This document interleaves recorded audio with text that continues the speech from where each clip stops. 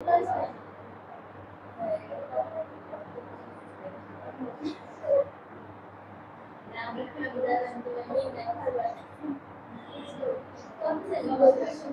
বোর্ডে তাকাও এখন, আর কথা না বলি। হ্যাঁ, চতুর্থ অধ্যায়টা হচ্ছে ফিজিক্সে প্লাস পাওয়ার, মানে তোমাদের ক্ষেত্রে তোমাদের 40 মার্ক না, সিকিউতে 40, তাই না? 40, হ্যাঁ, সৃজনশীলে 40। আমি সেটাই সিকিউ বলছিলাম, মানে ক্রিয়েটিভ কোশ্চেন, এটা বলছিলাম। চ্যাপ্টার হলো 1, 2, 3, 4, কথা বললো না, 7, 8 আর হলো 10। এখানে মাত্র হলো 3টা সূত্র আছে, এখানেও মাত্র 3টা সূত্র। আর যদি ব্রাঞ্চেস করি তাহলে এখানে অ্যানালাইসিস করলে আর কিছু সূত্র আসবো। আর এইটা এখান থেকে 10 মার্ক, এখান থেকে 10 মার্ক, এখান থেকে 10 মার্ক, 3 10 40 তোমার হাতে আসবে। এইখান থেকে একটু সূত্র বেশি, মানে শিখবো সবই, কিন্তু ভালো রেজাল্ট করার জন্য একটু ট্রিক্স অবলম্বন করা লাগে, যেটা বলে স্ট্র্যাটেজি। ঠিক আছে, আমরা 4 অধ্যায়ে যাইতেছি না। 4 অধ্যায়ে একটু সূত্র থাকলেও, মানে যত সূত্রই থাকুক, এইটা খুব ইজি এই যে এইগুলার চাইতে। তো আমরা 4 অধ্যায় যেহেতু শুরু করতেছি, মনোযোগ দিবা। হ্যাঁ, তো প্রথমে যে কথা বলবো সেটা হলো, এই যে আমি এখানে কোশ্চেন দেখাবো, প্যাটার্ন এ, প্যাটার্ন বি, প্যাটার্ন এর কোশ্চেনগুলো, মানে অধ্যায় সম্পর্কে আমরা একটা ধারণা নেই কিভাবে আমরা আগাবো। এই চ্যাপ্টারে হলো পুরাটাই শক্তি নিয়ে প্রশ্ন, মানে প্যাটার্ন এতে। যেমন একটা প্রশ্ন যদি দেখাই, এই যে বলছে কত উচ্চতায় বিভব শক্তি গতিশক্তি সমান, 30 সেকেন্ড পর মোট শক্তির পরিমাণ কি অপরিবর্তিত থাকবে। আবার এটা একটা চিত্র, বলছে বস্তুটির বেগ নির্ণয় করো। আচ্ছা, ভালো কথা, এটা 2 অধ্যায়। কিন্তু দেখো এই যে এখানে বলতেছে মুক্তভাবে যদি ছেড়ে দেই তাহলে বি সি বিন্দুতে বিভব শক্তি এবং গতিশক্তি পরিবর্তন গাণিতিক ব্যাখ্যা করো। কি শক্তি নিয়ে এই প্রশ্ন হলো না? আবার এখানে বলতেছে ভূমি থেকে কত উচ্চতায়, আচ্ছা 3 সেকেন্ডে বস্তু কত উচ্চতা থাকবে, এটা বাদ। আবার দেখা যায় শক্তি সমান হবে কি, এটা একটা স্প্রিং এর ম্যাথ। এখানে ওই একই ঘটনা, কৃত কাজের কি কোনো পরিবর্তন হবে? কৃত কাজও এক প্রকার শক্তি, মানে অধ্যায়ের বেসিক করলে আমরা বুঝবো। আবার এখানে যাই, এখানে বলতেছে ভূপৃষ্ঠ থেকে কত উচ্চতায় পাথরের গতিশক্তি বিভব শক্তির 1/5 হবে। তার মানে আমরা এখানে যদি দেখি, টোটাল মনে হয় প্রশ্ন আছে মোটামুটি মনে হয় 70, ধরো 23টা পেজ আছে এই জায়গায়, না প্রতি পেজে একটা করে প্রশ্ন, তার মানে এখানে 23টা প্রশ্ন আছে। 23টা প্রশ্নই শুধু গতিশক্তি আর বিভব শক্তি নিয়ে। ঠিক আছে, এটা গেল প্যাটার্ন এর সৃজনশীল। তারপরে প্যাটার্ন বি গুলো আমরা যদি দেখি,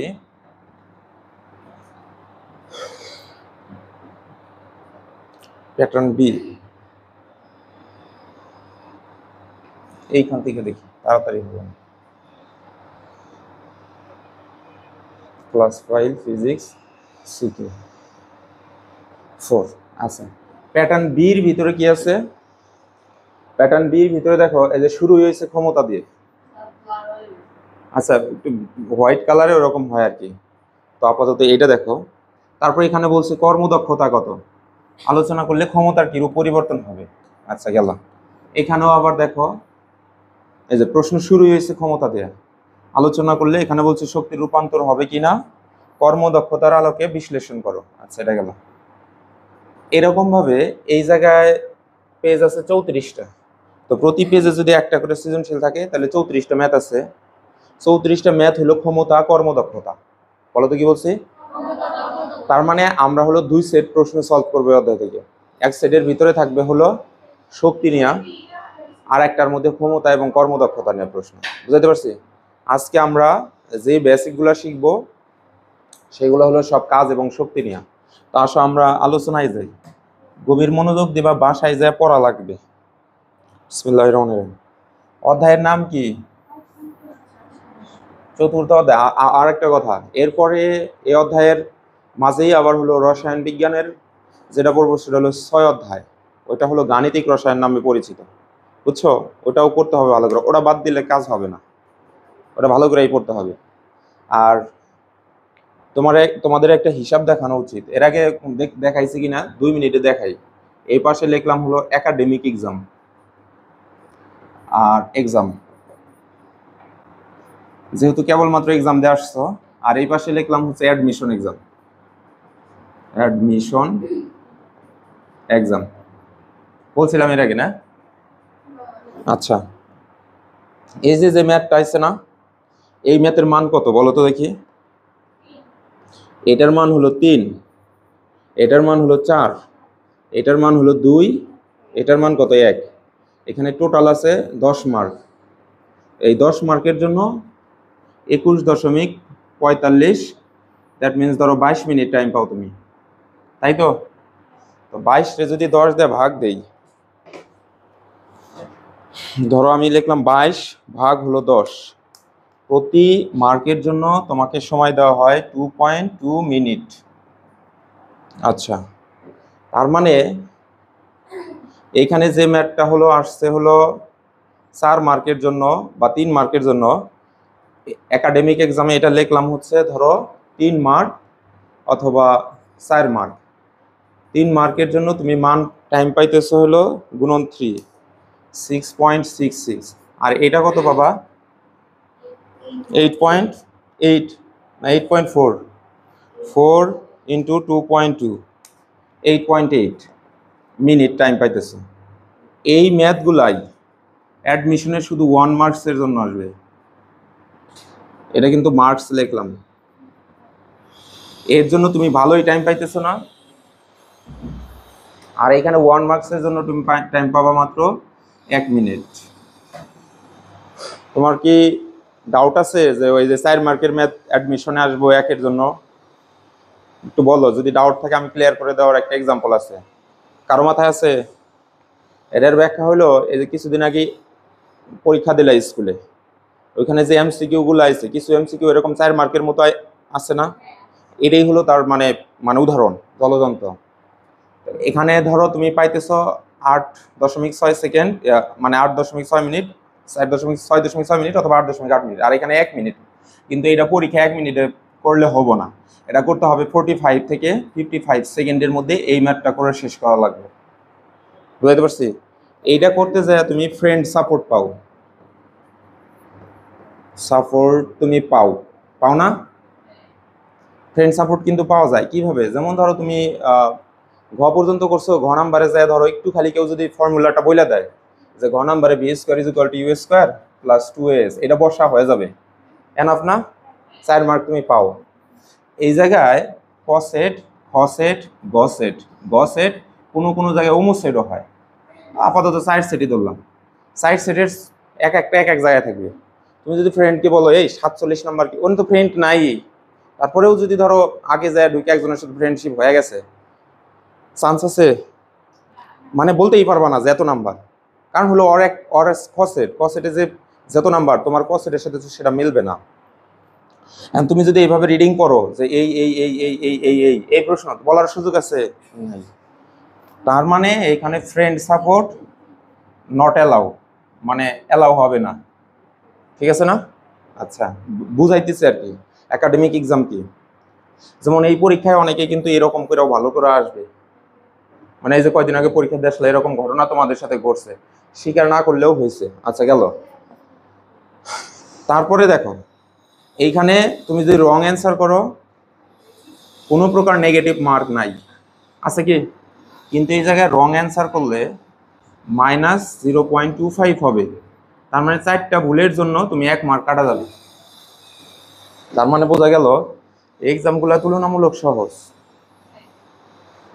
তো তুলনামূলক সহজ দেখেই যারা পারে না তারা অনেক সময় প্লাস পেয়ে যায়, even though golden A plus power chance থাকে। কিন্তু এই জায়গায় চান্স থাকে না, এই জায়গায় পুরোই চান্স পাওয়া লাগবে এবং কি বেসিক শিখে চান্স পাওয়া লাগবে। এদের স্টাডি কি? এদের স্টাডি রিসাইট মানে মুখস্থ টুকুস্থ করে যাবে, আর এটা বেসিক জানতে হবে এবং অ্যাডভান্স বেসিক অ্যানালাইসিস করা লাগবে। ওইটা শিখে তারপর এগুলোতে পড়া লাগবে। এইভাবে পড়ার পরেও যদি কেউ কোনো কারণে দুর্ঘটনাবশত 4.8, 4.0 যদি পায় একটাই, আর একটাই 4 পয়েন্ট, তাও ভালো একটা ইউনিভার্সিটি চান্স পাবেই, একদম 100% গ্যারান্টেড।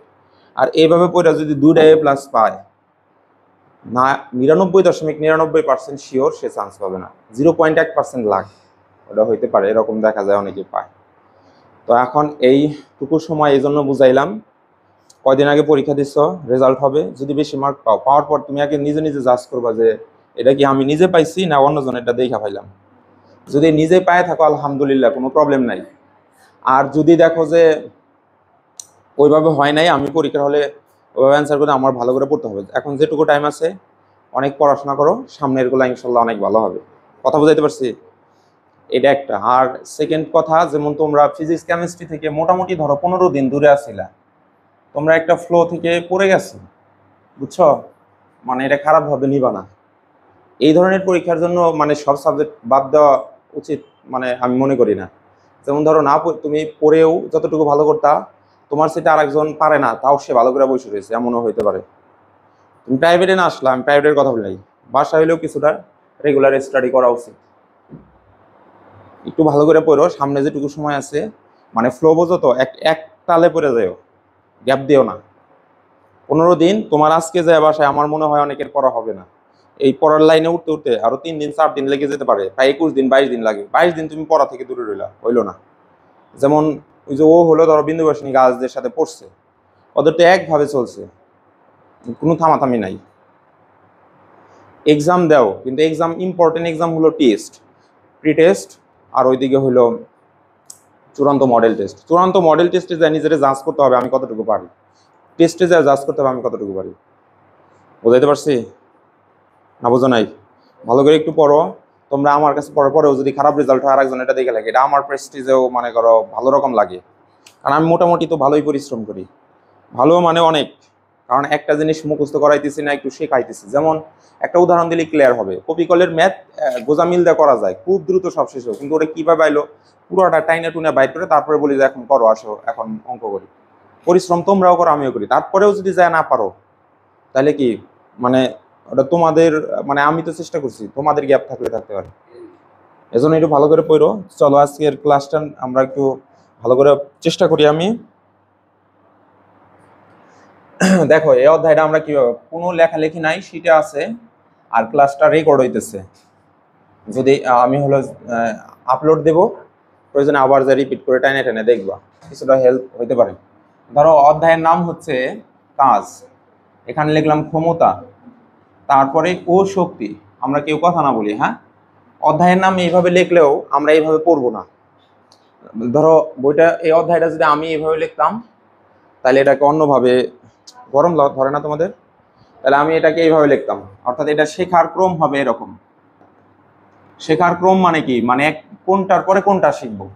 প্রথমে আমরা পড়বো হলো কাজ, তারপরে পড়বো হলো শক্তি, তারপরে লাস্ট আমরা যা শিখবো হলো ক্ষমতা। কারণ হলো কাজের সমীকরণ থেকে ক্ষমতা বের করা যাবে, শক্তির সমীকরণ থেকে ক্ষমতা বের করা লাগবে, আর কাজ থেকেই শক্তি সৃষ্টি হবো। তার মানে কাজ বুঝে আমরা শক্তি শিখবো। আর পার্ট এর সৃজনশীল সবগুলো হলো এই যে এই জায়গায়, এই দুজনের নিয়ে। আর লাস্ট অপশন এর ভিতরে আছে কর্মদক্ষতা, এটা হলো পার্ট বির সৃজনশীল। তাহলে আগে আমরা শিখবো হলো কাজ, পুরা সবকিছু লেখা আছে, শুধু এইদিকে মনোযোগ দিবা। তো আমি ধরো এখানে একটা রুল লিখলাম, রুল 1 লিখলাম হলো কাজ ইকুয়ালস টু, এখানে লিখলাম বল গুণন সরণ, আর এইদিকে দ্বিতীয় নাম্বার রুল লিখলাম। খুবই সহজ এই অধ্যায়, খুবই সহজ। এই জন্য বলছি যে যাদের সমস্যা হয় তারা হলো 4 অধ্যায় থেকে 10 মার্ক তার উঠাইতেই হবে এই পরীক্ষায়। আর 8 অধ্যায় তো আরো সহজ, ওখান থেকেও 10, আর 10 অধ্যায় তো পানি 10, এইভাবে 30 অধ্যায় তোমার হাতে রাখা লাগবে। তো এখানে মনোযোগ না দিলে সমস্যা। এইখানকার রুলটা হলো কাজ ইজ ইকুয়াল টু, এখানে লিখলাম বল গুণন, এই জায়গায় লিখলাম সরণ, আলাদা করে লিখলাম এর উপাংশ।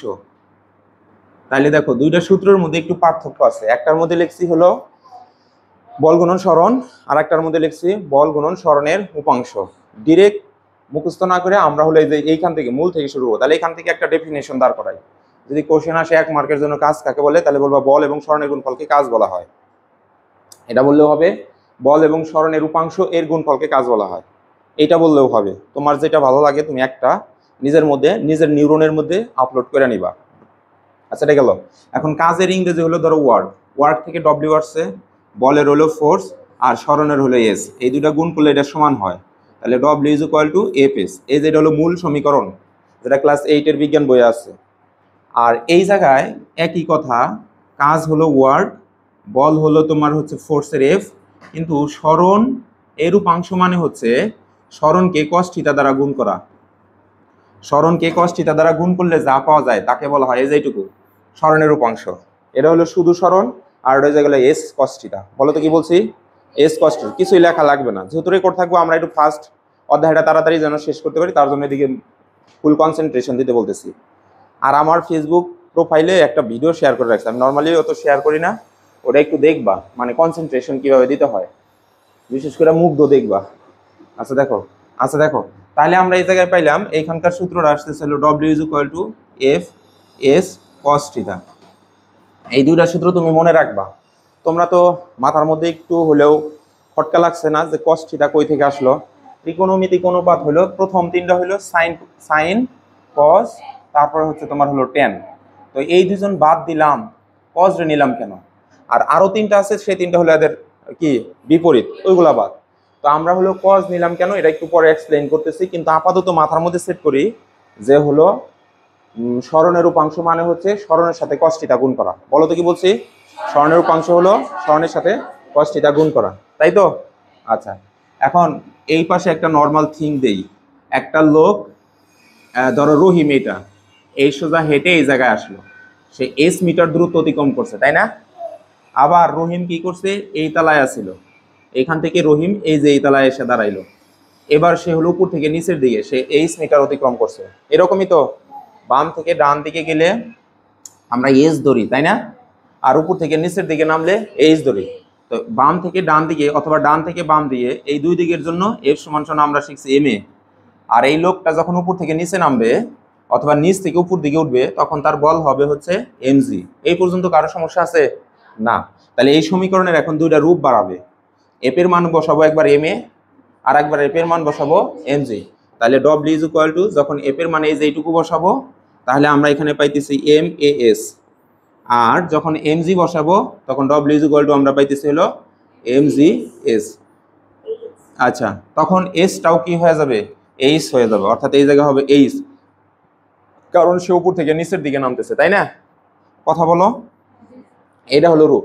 তাহলে এখানে টোটাল তিনটা সমীকরণ পেলাম। W is equal to F S, W is equal to F H হইতে পারে, এটা হলো এই যে সামনের দিকে গেছে অথবা পিছনের দিকে মুভমেন্টের জন্য, উপর থেকে নিচের দিকে বা নিচ থেকে উপর দিকে মুভমেন্টের জন্য। আর আরেকটা হলো W is equal to M S, সামনের দিকে মুভমেন্ট বা পিছনের দিকে মুভমেন্টের জন্য। এখন তোমরা একটু বড় হয়ে গেছো, এখন ওই বাংলায় চলন্ত মলন্ত এগুলো আর না লিখলেও চলবে, কারণ একটা এক্সাম দিয়ে ফেলছো। তাহলে ডব্লিউ ইজ ইকুয়াল টু এখানে হলো এম জি এইচ, উপর থেকে নিচের দিকে বা নিচ থেকে উপর দিকে, এইভাবে লেখা লেখা এখন প্র্যাকটিস করবা। এই পাশে কারো কোনো সমস্যা আছে? আচ্ছা, এখন দেখো ওই সমীকরণটা নিয়ে একটু কাজ করতে চাই। আচ্ছা,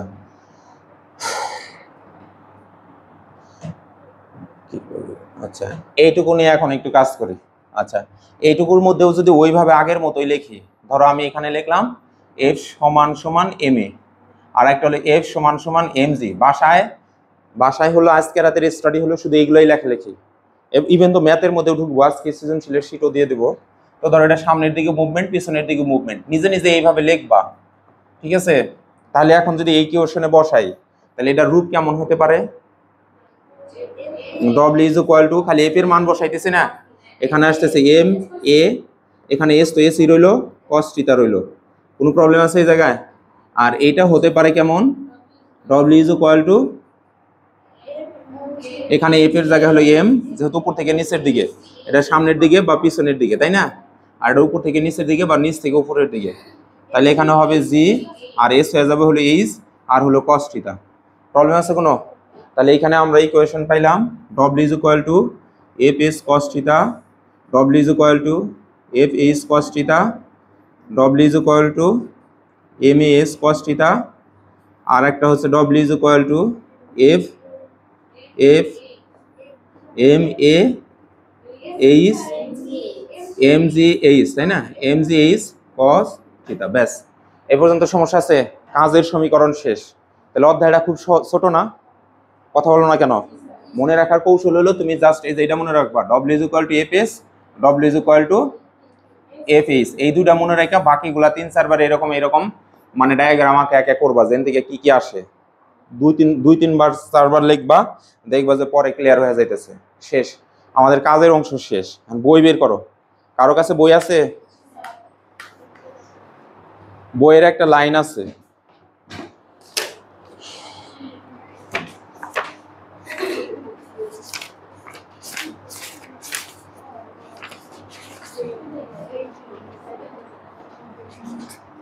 আমরা যেন কি করতে চাইছিলাম, কাজ শিখব, কাজ শেখার পর আমরা হলো শক্তি শিখব। তো এফ এস কস থিটা দেখো বইয়ের কোথাও নাই, তোমরা বইয়ের 100 পেজ থেকে তোমরা বাসায় রিডিং করবা হলো 106 পেজ পর্যন্ত। এর মধ্যে আমি একটা লাইন দাগ দিতে বলি আগেই, সবাই যাও 102 পেজে যাও। 102 পেজের বইয়ের 102 পেজ, প্যারা নাম্বার হচ্ছে 2 এর প্রথম লাইন, কাজ করার সামর্থ্য শক্তি। লাইনটা পাইছো? সরি, শক্তি হচ্ছে কাজ করার সামর্থ্য, শক্তি হচ্ছে কাজ করার সামর্থ্য, শক্তি হচ্ছে কাজ করার সামর্থ্য। পাইছো না? ওকে। আচ্ছা, তোমরা কিন্তু একটা কোশ্চেন করো নাই, আমি নিজেই অলরেডি আমিও ভুলে গেছি, তোমরাও। ওই যে কষ্টটা কেন আসলো, তাই না? আচ্ছা, গুড। ধরো এটা একটা ভূমি, এই জায়গায় একটা ধরো এই যে ফুটবল আসিল বা একটা কিছু আসিল, এটার উপরে এ বল প্রয়োগ করলাম, বলটাই এই জায়গায় আমার আনার ইচ্ছা, এইখানে আনবা, বি বিন্দুতে আনবা। তাহলে বল প্রয়োগ করছি হলো এ থেকে বির দিকে, আমি আসলে কিক করার পরে সে আবার এই জায়গায় আসছে, তাহলে বস্তুর সরণও করছে এ থেকে বির দিকে। দুইটার দিক কি একই দিক না অন্য অন্য দিক? গুড। যদি একই দিকে হয় তাহলে ডব্লিউ ইজ ইকুয়াল টু হয় এফ এস, মানে দিকের মধ্যে যদি কোনো কোণ সৃষ্টি না হয়। কিন্তু বাস্তব জীবনে এরকম ঘটনা ঘটে, এইখানে এ বিন্দুতে একটা বস্তু ছিল, বস্তুরে আমি আসলে নিতে চাইলাম বি বিন্দুতে, কিন্তু সে আইসা থামলো এই যে সি বিন্দুতে। তোমরা কি কোনোদিন এরকম কিছু দেখছো? অবশ্যই দেখার সম্ভাবনা আছে।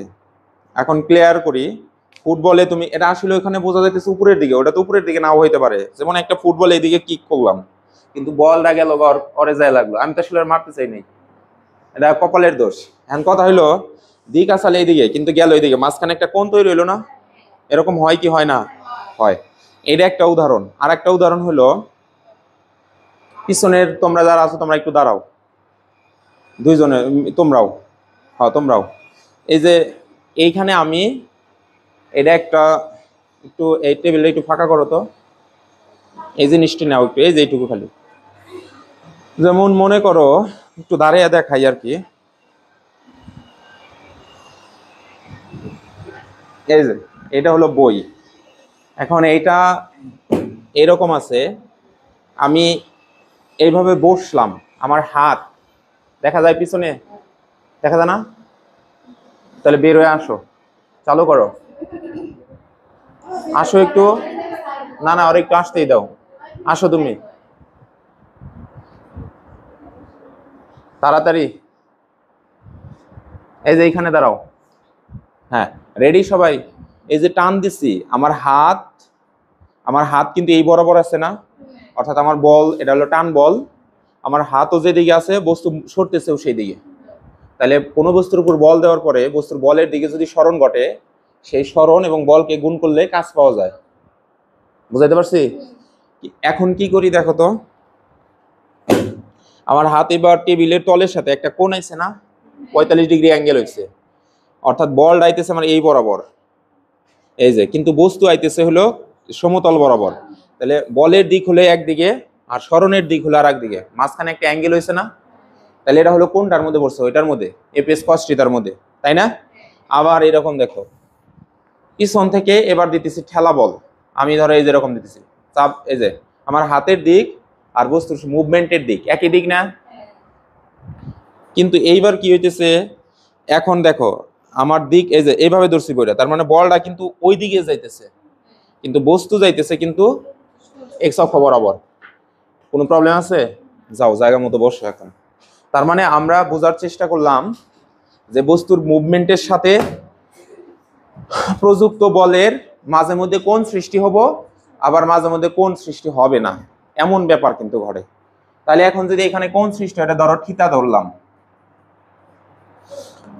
তাহলে এইবার একটা ঘটনা লিখবো, এই যে এখানে আমি তীর দিলাম, এখানে লিখলাম বল, অর্থাৎ বল কোন দিকে, তীর দ্বারা কোন দিক বুঝাইছি? এ থেকে বির দিকে, এটা হলো বলের দিক। কিসের দিক? বলের দিক। কিন্তু বস্তু সরে গেছে, সরণ এর দিক হলো কার থেকে? এ থেকে সির দিকে। কথা বলো না কেন?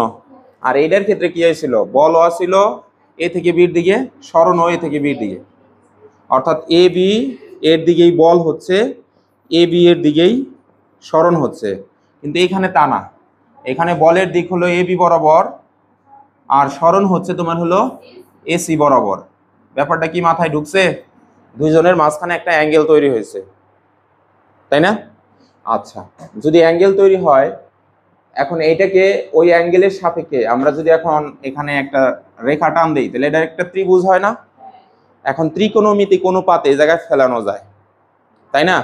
কারণ আমরা এই জায়গায় যদি দেখি, এটা হলো তোমার হলো ভূমি, আর এইটা হচ্ছে তোমার হলো অতিভুজ, আর এই জায়গায় এটা হলো তোমার হচ্ছে লম্ব। বুঝতে অসুবিধা আছে? এখন আমি এই জায়গায় আমরা হলো ত্রিকোণমিতিক অনুপাত এক একজনে এক একভাবে মনে রাখি। যেমন ধরো কেউ কেউ বলি হচ্ছে, তোমরা অনেক ভাবে অনেক কার কার কিভাবে, কারো কারো এমনি মনে থাকে। তো আমি ধরো এই জায়গায় লিখলাম সাইন থিতা কস থিতা, আর লিখলাম হলো ধরো এখানে ট্যান থিতা। তো আমি এটারে বলি এরকম লতি ভূতি, আর এই জায়গায় লঘু, মানে যেভাবে মনে রাখো, লতে লম্ব তিতে অতিভুজ, তার মানে হচ্ছে লম্ব আর হচ্ছে তোমার অতিভুজ, আর ভূ মি আর তিতে হলো অতিভুজ। আচ্ছা, আর এটা হচ্ছে তোমার লভু, লতে লম্ব আর ভূতে ভূমি। আচ্ছা, আমি একটু আগে এখানে যা কিছু করছি, টানাটানি করছি, বই একবার ঠেলছি, একবার এইদিকে নিয়েছি ওইদিকে নিয়ে গেছি, দুইটা ঘটনা করছে, একটা টেবিল বরাবর ঘটনা করছে, আর আমার হাত বরাবর লম্ব বরাবর কোনো কাজ হয়েছে, মানে লম্ব বরাবর আমার কোনো কার্যক্রম হয় নাই। তার মানে হচ্ছে এখানে দেখো ঘটনাটা এখানেও লেখা রাখছি, এই দিক বরাবর এই ঘটনার কিছু আছে, এক্সপ্লেনেশন নাই। তার মানে লম্ব যেখানে আছে সেই ত্রিকোণমিতিক অনুপাত বাদ। এখন এই জায়গায় দেখো আছে হলো, এই জায়গায় এটার মধ্যে লম্ব আছে বাদ, এখানে লম্ব আছে বাদ, এই যে এই জনের মধ্যে নাই, তার মানে এখানে cos থিটার সাথে সম্পর্ক হলো, কার সাথে? cos থিটার সাথে। তাহলে এইটুকু বাদ দিয়া সরিয়ে দেয়া, কারণ cos থিটার সাথে কিভাবে কাজ করে ওই জিনিসটা একটু দেখাই। তো আমরা লিখলাম cos থিটা, ভূমি কোনটা এখানে? এবি না? লিখলাম হলো এবি, আর অতিভুজ হলো তোমার এসি। আচ্ছা গুড। এখন মজার একটা ঘটনা আছে, এই জায়গায় অনেক স্টুডেন্ট আমরা ভুল করি। তোমাদের হচ্ছে একদম অনেক সময় নিয়ে দ্বিতীয় অধ্যায় পড়ানো হয়েছে, আলহামদুলিল্লাহ মোটামুটি তোমরা ধৈর্য ধরে সময় দিছিলা। তো এর মধ্যে একজন স্টুডেন্ট কিন্তু মানে সময় দিতে পারে না, পড়া বাদ দিছিল, আমার ভালো মনে আছে। তো ওই অধ্যায়ে এত এক্সপ্লেন করছি, পরবর্তীতে তুমি যখন বড় মানে কঠিন সৃজনশীলগুলো সলভ করবা অনেক ইন্টারেস্টিং হবে, দেখো তোমরা ফিল করবা। কিন্তু ওর মতো স্টুডেন্টের কি হবে, শেষ হয়েও হইল না শেষ। তো ওই জায়গায় আমরা একটা লাইন করছিলাম যে গতি সমান সমান অবস্থান পরিবর্তন দুই প্রকার, যে কোনো দিকে অবস্থান পরিবর্তন, কোনো নির্দিষ্ট দিকে অবস্থান পরিবর্তন। যে কোনো দিকে অবস্থান পরিবর্তন হলো দ্রুত, আর কোনো নির্দিষ্ট দিকে অবস্থান পরিবর্তন, এখানে কি কোনো নির্দিষ্ট দিকে গেছে না যে কোনো দিকে গেছে? নির্দিষ্ট দিকে গেছে। দেখো এ থেকে ডিরেক্ট সি তে গেছে, তাহলে নির্দিষ্ট দিকে গেল না? তার মানে এই লাইনটার নাম হবে সরণ, তাই দেখো এই যে লিখছি সরণের দিক। তাহলে এসি হলো এখানে কি, তাই আমি লিখলাম এসি সমান সমান সরণ, আর এই বি থেকে সি হলো এখানে তাহলে বলের দিক। তার মানে আমার ইচ্ছা ছিল এইদিকে, ওই সরণের এইটুকু হলো উপাংশ, তাহলে আমি লিখলাম সরণের উপাংশ, মানে ওই সরণের সাপেক্ষে এইটুকু হিসাব করতেছি, সরণের উপঅংশ থেকে সরণের উপাংশ। তাহলে হলো এখানে এবি হলো সরণের উপাংশ, লিখলাম সরণের উপাংশ। আচ্ছা, তাহলে এখন এখানে উপরে বসিয়ে দেই, আমি লিখলাম cos থিটা, উপরে লিখলাম হলো এসি সমান সমান, উপরে এবি সমান সমান কি, সরণের উপাংশ, আর নিচে হলো তোমার হলো সরণ। বুঝছো তো নাকি? এখানে নিচে মনে মনে কত আছে? 1। তাহলে আমি আর গুণ করলে পাই হচ্ছে সরণের উপাংশ ইকুয়ালস টু সরণ গুণন cos থিটা। তাহলে আমি একটু আগে সরণ গুণন cos থিটা, তাহলে একটু আগে একটা কথা বলছিলাম, সেটা হচ্ছে cos থিটা। সেটা কি, যে সরণ এবং cos থিটার গুণফলকে সরণের উপাংশ বলা হয়। সরণ এবং cos থিটার গুণফলকে সরণের উপাংশ বলা হয়। এভাবে একটু মাথায় 2-3 বার ভাববা, চোখ বন্ধ করে এটা বাসায় প্র্যাকটিস করবা, এটা যেন মনে থাকে। আচ্ছা, তাহলে এখন একটু আগে যেটা শিখছিলাম কাজের টোটাল 2টা সমীকরণ শিখছি। একটা হলো কাজ সমান বল গুণন সরণ, আর একটা হচ্ছে সরণের। তাহলে আমি এখানে লিখলাম বল গুণন সরণ এর উপাংশ। তাহলে বলের তো হলো এফ, লিখছি এফ। সরণের উপাংশ মানে হচ্ছে এই যে এস গুণন cos থিটা, তাই না? আমি দিয়ে দিলাম হচ্ছে এস cos থিটা, আর এখানে ডব্লিউ। অতএব ডব্লিউ ইজ ইকুয়াল টু আমরা পেলাম এফ এস cos থিটা। তোমরা যারা হলো অনেক ড্রিমার, অনেক স্বপ্ন দেখো, তারা বাসায় যাও অবশ্যই এগুলা 2-3 বার লিখবা। আগের মতো ধরা বাঁধার নিয়ম নাই, 5 বার 6 বার এগুলা করার প্রয়োজন নেই। যতবার লিখলে তোমার কমফোর্ট ফিল করো যে হ্যাঁ আমার ব্রেন এখন ইনক্লুড হয়েছে, আলহামদুলিল্লাহ রেখে দিবা। আর যার বুঝতে অসুবিধা হয় সে একটু বেশি করে সময় দিবা, কারণ ফিজিক্স, কেমিস্ট্রি আর হলো ম্যাথ, এই 3টা পারলেই তো তোমার একটা মানে বায়োলজি, যারা বায়োলজি সাইড চুজ করো, মানে মেডিকেল টেডিকেল, মানে যাদের ড্রিম, যার যেটা ভালো লাগে, এই কয়টা পারলেই কিন্তু তোমার লাইফের একটা অবলম্বন আসবে। এইগুলোর মধ্যে একটু ভালো রকমই সময় দেওয়া লাগবে। অন্যান্য সাবজেক্টও পড়তে হবে, কিন্তু এগুলোর মধ্যে একটু বেশি সময় দেওয়া লাগবে, মাথায় রাখো। আচ্ছা, এটা গেল। এখন এইটুকু নিয়ে আমাদের কারো কোনো সমস্যা আছে? সর্বশেষ পড়া হলো বাসায় এইভাবে বসে বসে ডব্লিউ প্রথমে এইভাবে একটা লিখলা, W is equal to APS লিখলা, W is equal to MAS লিখলা, W is equal to MCH লিখলা, W is equal to APS cos theta লিখলা, W is equal to FH cos theta লিখলা, W is equal to MAS cos theta, W is equal to MGH cos theta. কিন্তু মূল হলো এই দুইজন, বাকি এটা বাসায় 2-3 বার লিখবা। বুঝাইতে পারছি? মূল সূত্র কিন্তু এইগুলা, কিন্তু এইগুলা ডিরেক্ট মুখস্থ না করে লজিক দিয়ে ব্রেনে রাখা লাগবে। বুঝাইতে পারছি? ফেসবুকে তুমি দেখবা চিন্ময় ফিজিক্স সলিউশন, বুয়েটের একজন স্টুডেন্ট ফিজিক্স পড়ায়, তার একটা ভিডিও দেখলাম, ইন্টারেস্টিং, ভালো লাগছে। ভালো মানুষের কথা তো ভালোই বলতে হবে নাকি? সে বলছে যে মানে হচ্ছে মুখস্থ করে পড়া যাবে না, এটা হচ্ছে লজিক দিয়ে আসলে শিখতে হবে। তোমরা যারা তাড়াহুড়া করো তাদের আসলে ওইভাবে কিন্তু শেখা হয় না। বুঝাইতে পারছি? এগুলো একটু লেখা তোমরা অবশ্যই পড়ো। আর একটা কথা বলি, তোমার ধরো এখন তো তোমার টাইম আছে, তাহলে তো তোমার লজিক দিয়ে পড়তে হবে। এখন আরেকজন হচ্ছে সারা বছর পড়ে নাই, সামনে মাত্র 3 মান্থ আছে, ওই ক্ষেত্রে ওর জন্য তো আর এগুলো শেখার টাইম নাই। ওর ক্ষেত্রে গাধা কাজ হচ্ছে এটা ডিরেক্ট মুখস্থ করা, ওইটাও আর ম্যাথ সলভ করা। কিন্তু তুমি এখন তো পড়তেছো, তোমার সামনে টাইম আছে, তাহলে তুমি এগুলো শিখবে না? তুমি কেন এগুলো স্কিপ করবা? যদি কেউ বলেও যে হলো এটা আমার তোরা মুখস্থ করে এগুলা কাজ আসবে না, এটা তার সমস্যা, কারণ এইটা লজিক দিয়েই আমাদের নিউরনের মধ্যে আপলোড করা লাগবে। আচ্ছা, পরবর্তী পার্টে যাই। এখন আমরা হলো বইয়ের ওই যে লাইনটা দেখি, বই বুক পেজ 102, প্যারা নাম্বার 2, লাইন নাম্বার 1। খুবই মজার একটা জিনিস আছে এই জায়গায়, এটা লেখা লাগবে না, কিন্তু বাসায় যাই লেখা প্র্যাকটিস করবা, কারণ আমাদের ক্লাস তো রেকর্ড হইতেছে। আমি ধরো ওই জায়গায় লেখা আছে, একজনে বলো তো কি লেখা আছে? শক্তি মানে হলো কাজ করার সামর্থ্য। আচ্ছা, বইয়ের ভাষাটা আমি এই জায়গায় লিখছি, বইয়ের ভাষা এখন আমি একটু চেঞ্জ করে লিখলাম।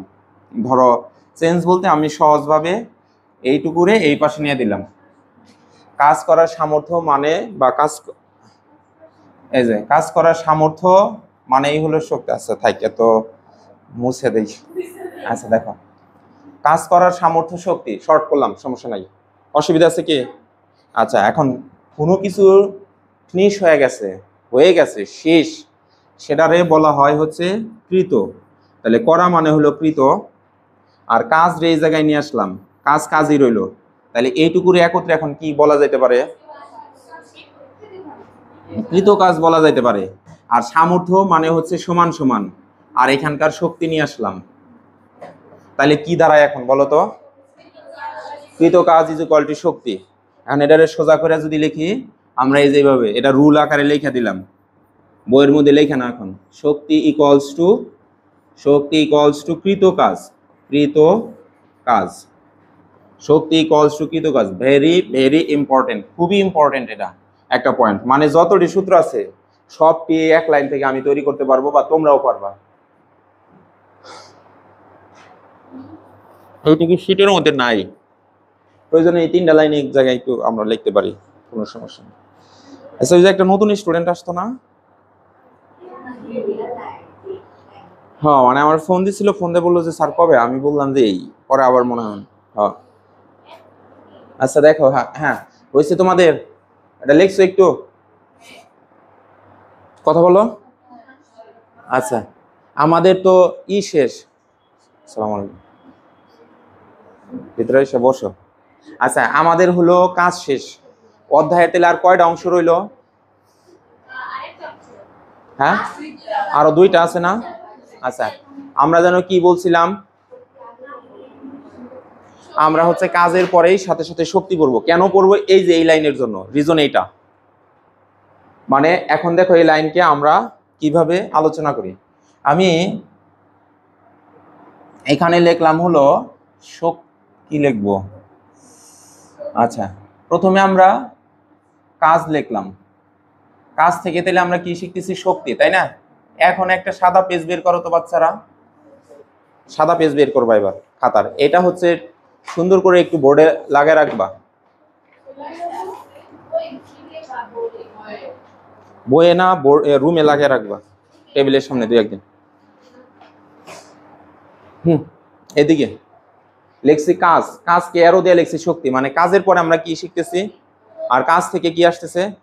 এইদিকে তাকাও, কাজ করার সামর্থ্যকে শক্তি বলে। আমি আমি এই জিনিসটা এখানে আছে, আমি এটা সরিয়ে ওইখানে উঠাইতে পারতেছি না, তার মানে আমার শক্তি নাই, কাজ করার সামর্থ্য নাই, তাই তো? কথা বল না কেন? বস্তুটারে মুভমেন্ট করাইতে পারতেছি না এত।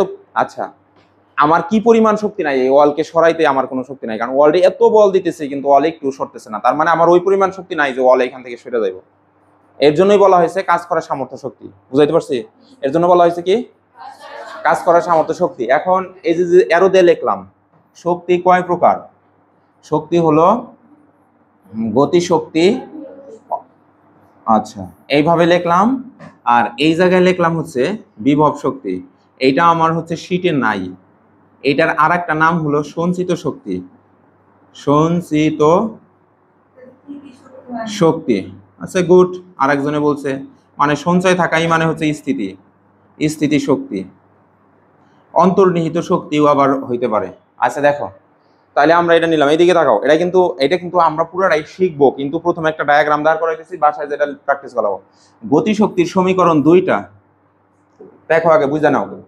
একটার নাম হচ্ছে স্বাভাবিক, স্বাভাবিক গতি শক্তি, এটার সমীকরণ হলো, গতির ইংরেজি হলো কিনেটিক অথবা কাইনেটিক, অনেকে এক এক রকম এক এক উচ্চারণ করে। এই গতিতে হলো কাইনেটিক, এনার্জিতে শক্তি, তাহলে কাইনেটিকের কে এখানে দিলাম, is equal to half M V square. এই সমীকরণ কিভাবে আইছে সেটা আমরা জানবো। আর একটা হলো গতির কারণে, গতির কারণে, গতির কারণে রূপান্তরিত শক্তি, রূপান্তরিত শক্তি, লেখা ফেলাও এটা। এইটার সমীকরণ হবে হচ্ছে T is equal to half M V square. আচ্ছা শোনো একটা কথা বলি, মজার জিনিস, মাথার উপর যে ফ্যান ঘুরতেছে, ফ্যান কি গতিশীল না স্থির? গুড। এখন ফ্যান ঘোরার কারণে, ফ্যানের মধ্যে গতি থাকার কারণে ফ্যান থেকে বাতাস আইতেছে, ফ্যানে একটা ভিসভিস ভিসভিস ভিসভিস ভিসভিস শব্দ করতেছে, ফ্যানে হাত দিলে আবার তাপ লাগতেছে, তার মানে গতি হওয়ার কারণে বায়ু শক্তি উৎপন্ন হয়েছে, ফ্যান ঘোরার কারণে শব্দ শক্তি উৎপন্ন হয়েছে, তারপর হলো তাপ শক্তি উৎপন্ন হয়েছে। তাহলে 3 ধরনের শক্তির রূপান্তর করছে, তাই এটা হচ্ছে একটা আধুনিক টার্ম, রূপান্তরিত শক্তি। এখন রূপান্তরের পাশে সাইড নোট লিখে রাখবা, transformation, transformation energy, ENERGY, transformation energy থেকে টি নেওয়া হয়েছে, ট্রান্সফরমেশন এনার্জির টি থেকে টি নেওয়া হয়েছে। আচ্ছা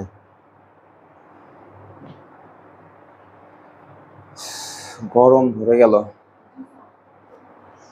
আচ্ছা সাউন্ড প্লেশন গেছে, এসি লাগাবার স্টুডেন্টই নাই এত কম।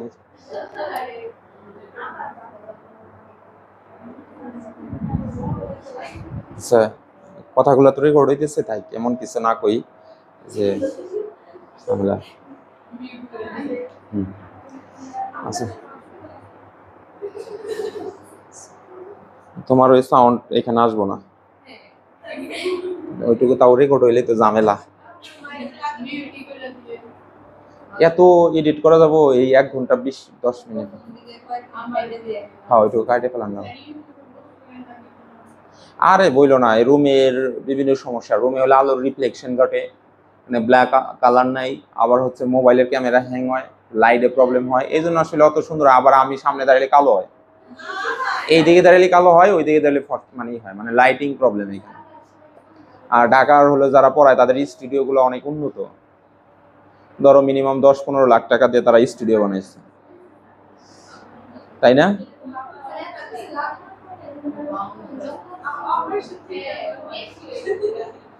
সেটাই আর কি।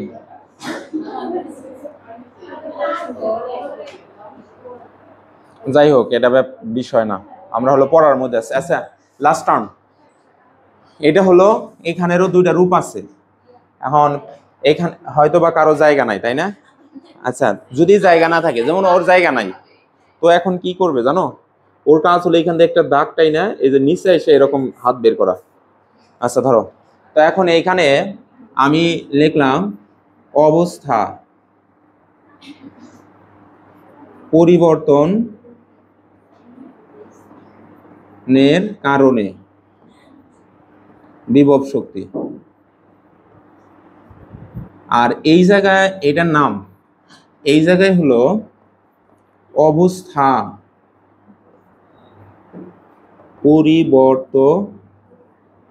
পরিবর্তনের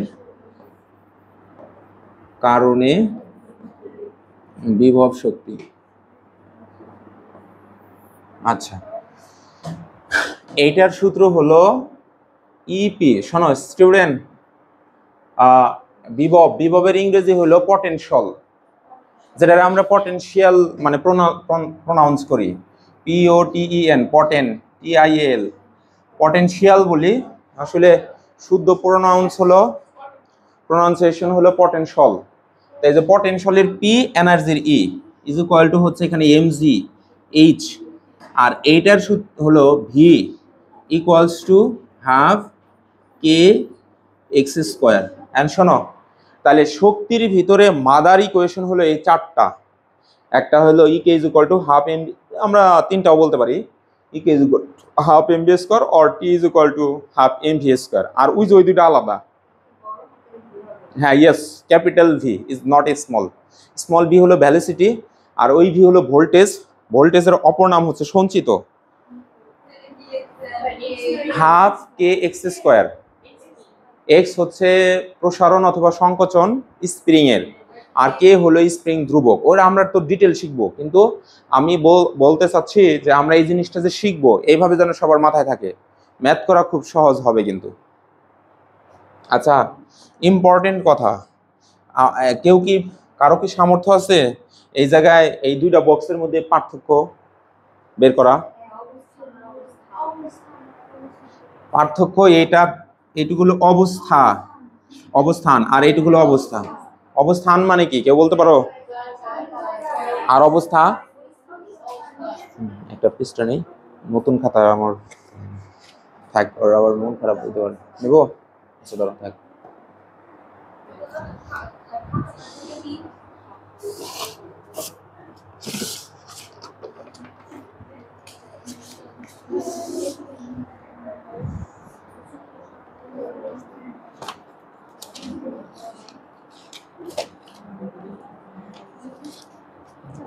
খাতা, বাপরে বাপ, খাতার মাল্টি মানে খাতা। হ্যাঁ স্টুডেন্ট, লুক অ্যাট মি, এই যে দিকে তাকাও। ধরো আমি এত দূরে আছি, আমার তো অনেক শক্তি, মোটামুটি বড় হয়ে গেছে, আমি ধরো এরকম ছুঁড়ে মারলাম। আচ্ছা দাও, এখন থ্যাংক ইউ, এটার ভরের কারণে একটু ওর কাছে যায় পৌঁছাইছে। এখন দেখো তো এইবার কি হয়, একটু খেয়াল করো, টাকা ওইদিকে, ওই পর্যন্ত যায় নাই। কিসের জন্য যায় নাই? এটা হলো প্লেন শেপ, মানে এটাকে আমরা বলবো হলো শেপ, SHAPE।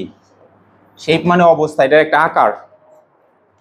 তাকাও না কেন একটু, এই শেপের কারণে অত দূর গেল না, এখন শেপ চেঞ্জ করলাম, এরকম করলাম, এখন ওদের অবস্থাটা দেখো। হ্যাঁ হ্যাঁ, এই দেখো সবাই নড়ে গেছে, তার মানে ভয় পাইতেছে একটা রিজন আছে, কারণ এইটা দেখো একটা ওর ভিতরে কাজ করার সামর্থ্য অর্জন করছে, মানে এখন ওই জায়গায় যে ওরে হিট করছে। কারণ কি? কারণ একটাই, এক অবস্থা থেকে অন্য অবস্থায় নেওয়ার কারণে এই কাগজটি কাজ করার সামর্থ্য অর্জন করছে। তাহলে বস্তু এক অবস্থা থেকে অন্য অবস্থায় নিলে কাজ করার যে সামর্থ্য অর্জন করে তাকে বলা হবে বিভব শক্তি। কি শক্তি? আসলে মন থাকবে, এক অবস্থা ছিল প্লেন অবস্থা, এটা আমরা পরে আরো ভালো করে শিখবো, আমি কিন্তু একটা কমন সেন্স দিতেছি। ছিল হলো এক অবস্থা, ছিল প্লেন শেপ, হইলো কোকড়ানো শেপ, হওয়ার কারণে সে কাজ করার সামর্থ্য অর্জন করছে, এটা হলো এইটার বিভব শক্তি। কথা বলো না কেন? এখন ওই যে ও বললো স্থিতিশক্তি, শক্তি এটার ভিতরে যা সঞ্চয় হয়ে থাকে, স্থির হয়ে থাকে, যার জন্য এটার নাম হলো সঞ্চিত শক্তি বা স্থিতিশক্তি বা অন্তর্নিহিত, মানে এটার ভিতরে থাকে। এইটার ভিতরে যতটুকু আছে, এটা অশরীরে যায় যতটুকু টাচ করছে, এটা যদি ছুঁড়ে মারি এখানে ধরো আরো সিলে টিলে যাবে, কারণ হলো এটার মধ্যে আরো বেশি শক্তি সঞ্চয় আছে, তাই না? তাহলে শক্তির সঞ্চয় ঘটনাটাকে আমরা বুঝতে পেরেছি। কথা বলো না কেন?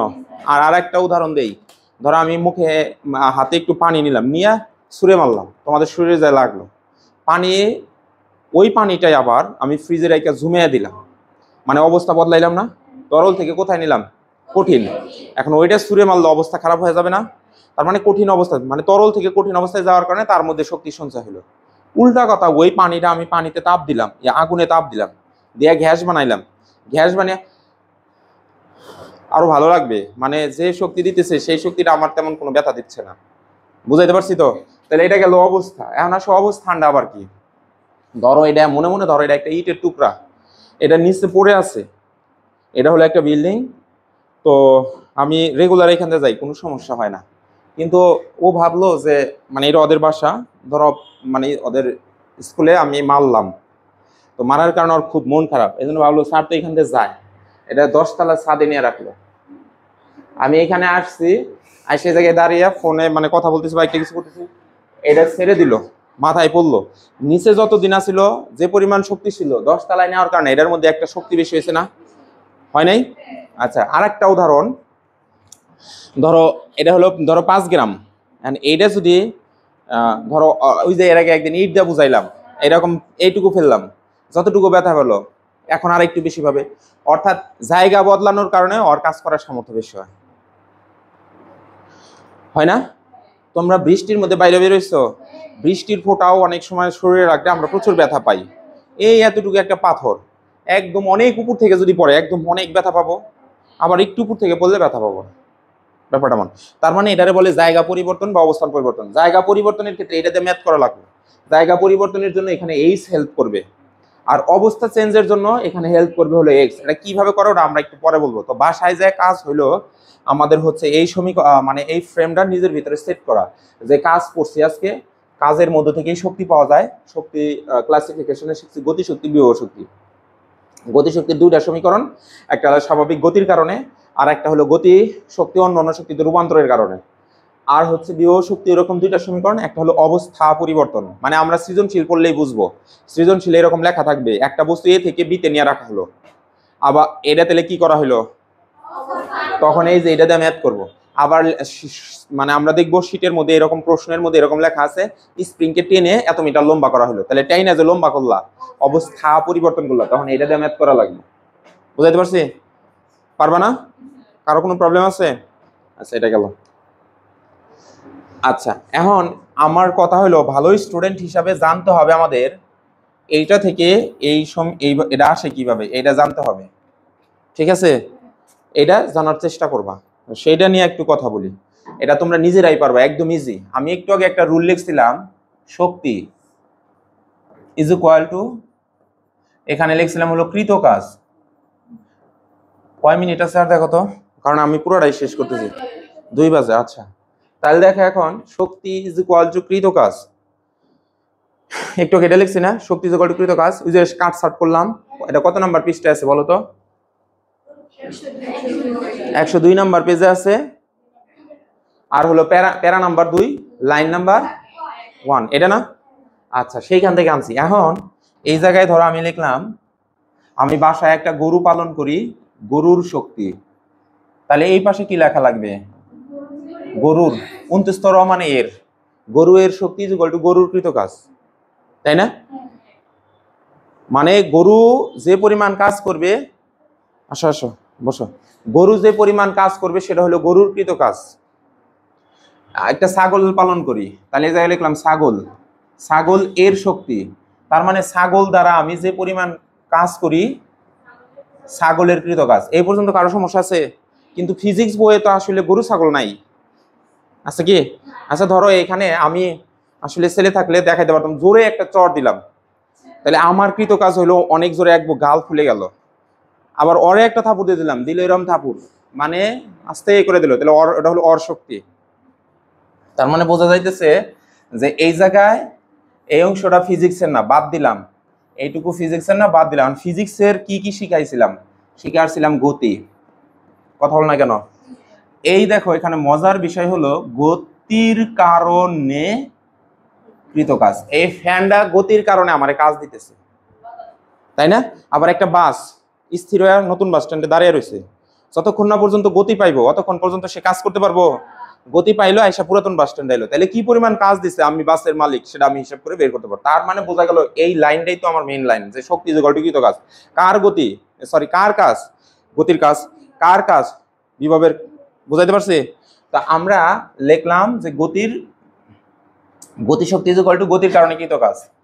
তাহলে এখন গতিকে কিনেটিকের কে দ্বারা প্রকাশ করে, শক্তিকে ই দ্বারা প্রকাশ করে। এই দুজনকে একত্রে মিক্সড করে তুমি যখন ইন্টারে পড়বা, তখন ইন্টারের বইয়ে এই যে এরকম একটা স্যারের বইয়ে এরকম লেখা আছে, আর এক স্যারের বইয়ে লেখা আছে এরকম, আর আমার 9-এর বইয়ে লেখা আছে এরকম। তার মানে গতিশক্তিকে ইকে আমরা এটাই মনে রাখি আপাতত, জাস্ট এমনি বললাম কথার কথায়। বা ইন্ডিয়ান বইয়ে দেখা যাবে এরকম, ইউনিভার্স মানে ইন্টারন্যাশনাল বইগুলো দেখা যাবে কে কে ডট ই, অথবা শুধু এরকম লেখা নাই কিন্তু, আবার কে এরকম লেখা নাই, এটা লিখলে এইভাবে লেখা লাগবে ছোট করে। আর যদি পাশাপাশি লিখি তাহলে যেরকম অ্যাব্রিভিয়েশন ফর্ম, বাদ, এগুলো আমাদের দরকার নাই। তাহলে ই কে সমান সমান এই বাংলা কথাটুকুর কোনো মিনিং নাই, ম্যাথমেটিক্যাল ফর্মে কৃত কাজ, কাজ মানে হলো ডব্লিউ। কোনো সমস্যা আছে? তার মানে E K is equal to W. E K is equal to কি? ডব্লিউ। এখন আমরা শিখে আসছি, ধরো এই যে এইখানে একটা বাস আছে, বা একটা মাইক্রো, বা একটা প্রাইভেট কার, এখান থেকে সে এই পর্যন্ত আসলো, এই জায়গায় আসলো, এস মিটার পথ অতিক্রম করলো, ইউ আদি বেগ নিয়ে শেষ বেগ, তাই না? আচ্ছা, এখন কথা হইলো যে ই কে সমান সমান ডব্লিউ। ডব্লিউ সমান সমান আমরা কি শিখছি বলো তো দেখি? গুড। ডব্লিউ সমান সমান আমরা শিখছি হলো এফ এস। ডব্লিউ সমান সমান শিখছি হলো এফ এস। তাহলে ডব্লিউ লিখলাম ইজ ইকুয়াল টু গুণন এফ এস, কারণ সোজা পথে গেছে না এই জায়গায়, তাহলে আমি এখানে লিখলাম এফ এস, এফ গুণন এস। আচ্ছা, যেহেতু সোজা পথে গেছে তাহলে এফ সমান সমান আমরা শিখছি এম এ, দিয়ে দিলাম হচ্ছে এম এ, আর এখানে আছে এস, অর্থাৎ ই কে এর আর একটা রূপ হলো এম এস। এটা হলো 1 নং সমীকরণ। অসংখ্য নৈর্ব্যতিক সলভ করবো। নৈর্ব্যতিক কি হলো মেন, মিনিমাম 400-600 নৈর্ব্যতিক সলভ করা লাগবে খুব দ্রুত, এগুলো তখন কাজে লাগবে, দেখতে দেখতে হয়ে যাবে, সমস্যা নেই। হ্যাঁ একটু না মানে এক অধ্যায় না, মানে বই তোমাদের টোটাল 600-র মতো তো সলভ করাই লাগবে। তাহলে ধরো এম এস। এখন একটু আগে দেখি মুগ্ধ বলো, বলো তো দেখি গতিশক্তি সমীকরণ একটু আগে কি শিখে আসলাম? তাহলে E K is equal to half M V square, এটাই তো নাকি? কিন্তু আমি পাইলাম তো এম এস, এটা দিয়ে আমরা হচ্ছে নৈর্ব্যতিক সলভ করবো, এটাও ফালে এদা যাবো না। কিন্তু এখানে 2-1 জনের খটকা লাগতে পারে, অলরেডি মাথার মধ্যে তো গিজ গিজ করতেছে, হ্যালো টিচার আমরা তো এরকম এম এস দেওয়ার কাজও করে আসছি, মাথার মধ্যে একটু একটু প্যাচ লাগতেছে না? কোনো সমস্যা নাই, ওটা হলো নিউরনেই এক সময় তোমার সিগন্যাল দিব, যে হলো আচ্ছা নিউরনেই তোমার এক সময় সিগন্যাল দিব যে এটা কাজের ক্ষেত্রে হইতেছে, এটা হলো তোমার হচ্ছে গতির ক্ষেত্রে হইতেছে, দুটা তো একই জিনিস। আচ্ছা তাহলে এখন এইখান থেকে আমার চেঞ্জ করা লাগবে, আসলে এরকম রূপ আনা লাগবে। দেখো এই জায়গায় এম আছে, এই জায়গায় কি আছে? এই জায়গায় এম আছে, শুধু এ নাই বি স্কোয়ার নে নাই এস, তাই না? এখন যে পড়াটুকু পড়াইতেছি আমাদের বইয়ের 104 পেজের পড়া পড়াইতেছি, আমি কিন্তু 106 পর্যন্ত রিডিং করতে দিছি। তাহলে ধরো খোলা লাগবে না, বাসায় যা মিলাই নি, এটা তো সামনে থাকবো। তোমরা একটু আমার ইউটিউব চ্যানেলে একটু সাবস্ক্রাইব করে দিও। এই যে এটা হলো ইউটিউব চ্যানেল, এটাই ওই যে আমার ফেসবুকে আছে না, আছে তো ওইখান থেকে গেল। এটা হলো সৃষ্টি স্কুলে যখন জব করতাম তখন খুলছিলাম, অনেক আগের, কিন্তু এতদিন চালাই নাই, কিন্তু ইদানিং মনে হলাম কোভিডের আগে, পাগল অনেক আগের। হ্যাঁ তোমাদের এই স্কুলের আমি ক্লাস 10 এর টিচার ছিলাম। হ্যাঁ, তারপরে আমার আন্ডারে ছিল হলো A1, A2, B1, B2, তারপর হচ্ছে R1, R2। এখন শোনো, অনেকের কাছে উল্টা লাগতে পারে, এটা হলো 2016 এর ঘটনা, যখন যায় ঢুকি। B1 মানে বয়েজ 1 বয়েজ 2, আর একটা আছে B3, ওই ভিডিওর মধ্যে B3 লেকচার আছে। A1 মানে গার্লস 1 গার্লস 2, আরেকটা হলো রেসিডেন্সিয়াল। বাট তারপরে 17 সালে এসে চেঞ্জ হয়ে হইলো B1, B2, B3, G1, G2, আর হলো R1, R2। এই যে এইগুলা ব্যাচ আমি পড়াইতাম, বোঝো নাই? ওটা অনেক আগের কথা। আচ্ছা দেখো, তা আসলে এখন মেইন কথায় আসি। তো আমার হলো এই যে এস এর মান লাগবে, এখন কে বলতে পারবা দেখি বেসিক কেমন? সারা বলো তো, এস গতির কোন সমীকরণে আছে? এত সময় দিয়ে পড়াইছি তুমি তো। হ্যাঁ, এস কোনটার মধ্যে আছে? গতির সমীকরণ তো 4টা, তাই না? হ্যাঁ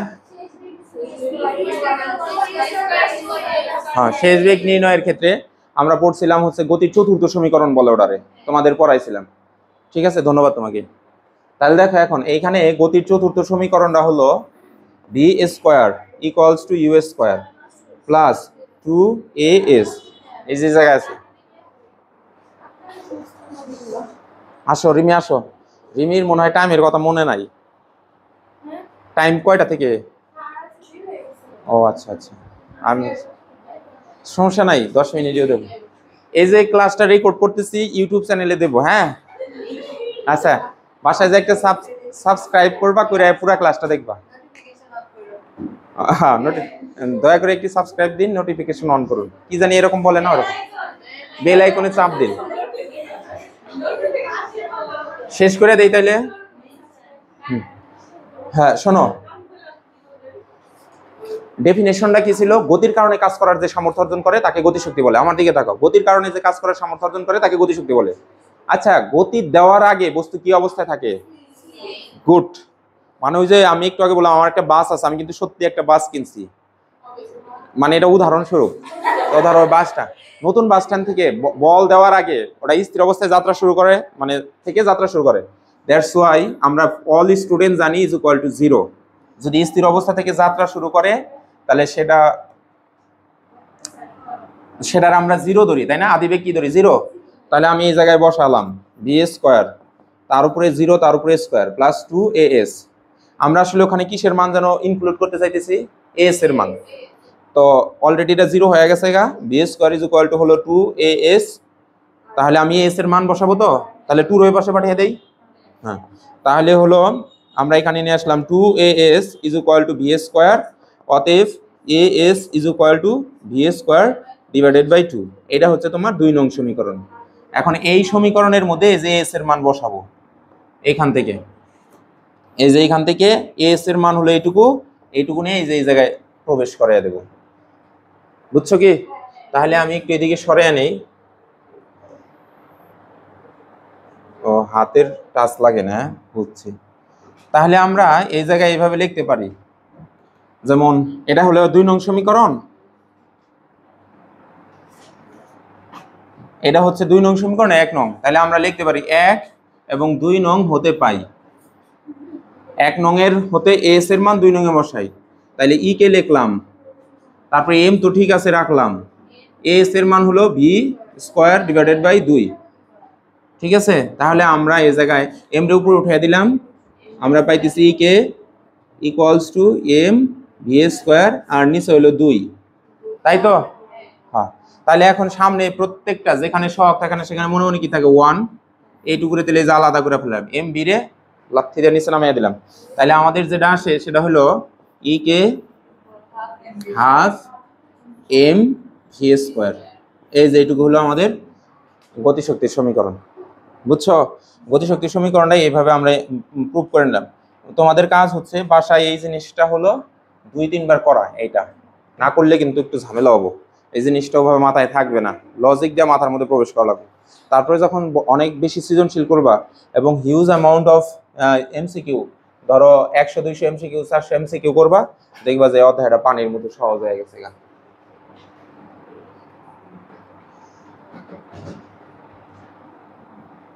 হ্যাঁ, কোনটা নিয়ে কি করতেছে, কোনটা জানি এটা না? আচ্ছা, 100%, 200%, 200, 200, 200, 200, 200, 200। ওকে, হ্যাঁ আছে। তাহলে কি বুঝছো সবাই? এটা সমস্যা আছে? আচ্ছা, হ্যাঁ ওই আমারই ভুল হয়েছে, আমি তাই অনেক বড় ভুল করে ফেলাইছি। মানে আমাদের প্রাইভেট 4টায় বলতে ভুল হয়েছে, তুমি 4টায় মনে রাখবা, 4টায় শার্প 4 PM এ প্রাইভেট শুরু হবে, ঠিক আছে? এটা মাথায় রাখবা সবাই। আচ্ছা, তাহলে তোমরা হলো এইটুকু যায়া বাসায় যে হলো গিয়ে কত বাজে দেখো তো। আচ্ছা, না ওইটা টাইম ঠিক নাই, ওটা কি টাইম? ওটা ও, তার মানে ওটা ঘড়ি।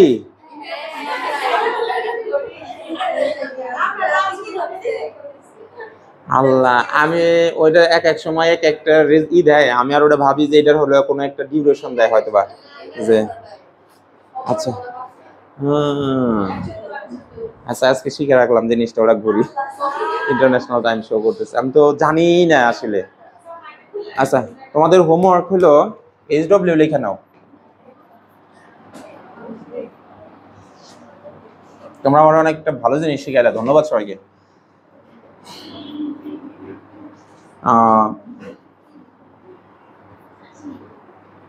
ক্লাসের সকল বেসিক খাতায় লিখে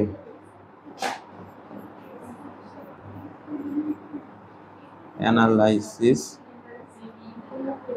সহ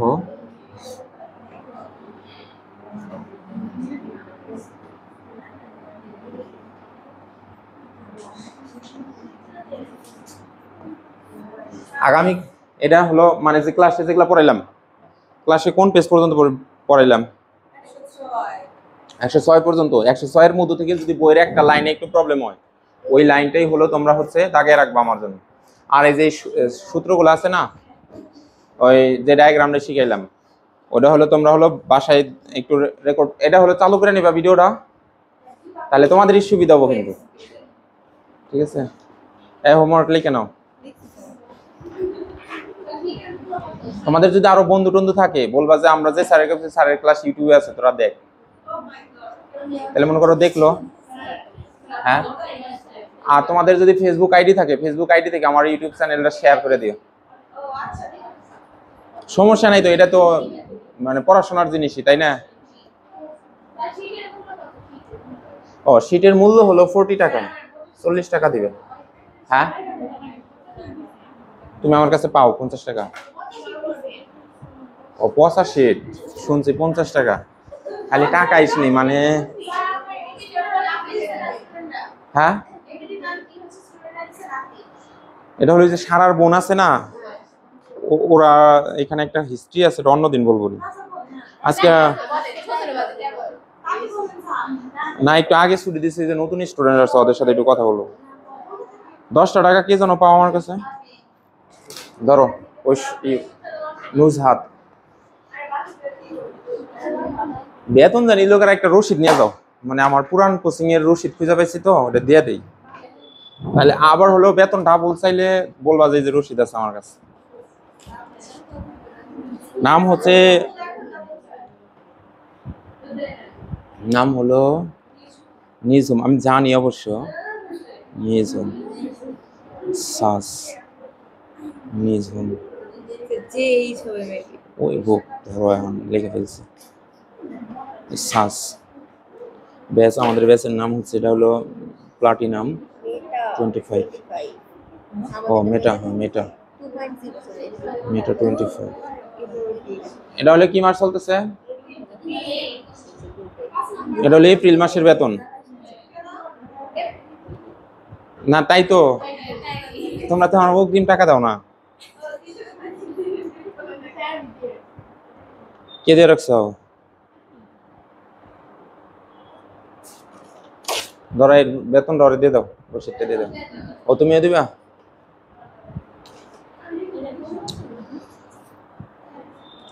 ঈদের আগেও কিন্তু আমি একটা হিস্ট্রি বলি ঈদের আগে তোমরা যখন গেলা অনেকের যেমন বেতন ঈদের পরে এসে দেওয়ার কথা ছিল ঈদের পরে তো তোমরা বেতন দিতে অনেক একটু দেরি হলো না মানে এই যে পরাবাদ দেখে লাগা এটাও কিন্তু অনেকের দু একজন বাকি থাকতে পারে যদি থাকে অভিভাবকের সাথে কথা বললো নাম হইল রামিসা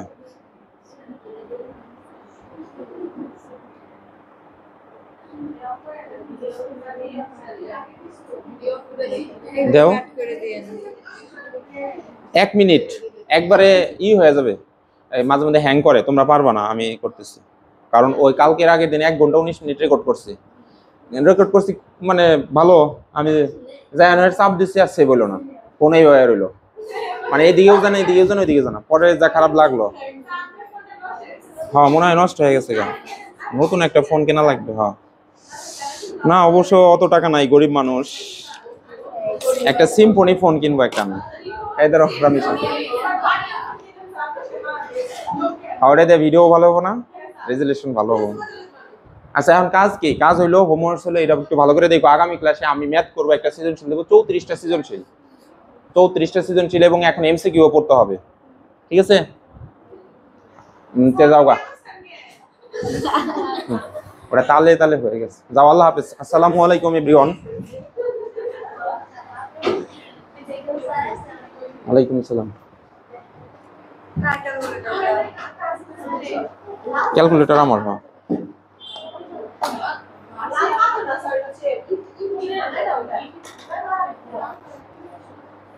রিমি শোনো এদিকে আসো তুমি হলো ওই যে ক্লাসটা রেকর্ড করছি বাসায় তো ফোন আছে না বাসায় তোমার আম্মুর এতে তো মনে হয় কল দেওয়া লাগবে না ওদের সাথে যেতে পারবা ও টাইমটা একটু ভুল বলছে তোমার আম্মুরে সরি বলি কই তোমার আম্মু কই ও উনি তো মনে হয় ভাবতেছে যে 1 ঘন্টা পরে ছুটি দেবো তো তুমি বসে এই ক্লাসটা রিপিট মানে বাসায় দেখো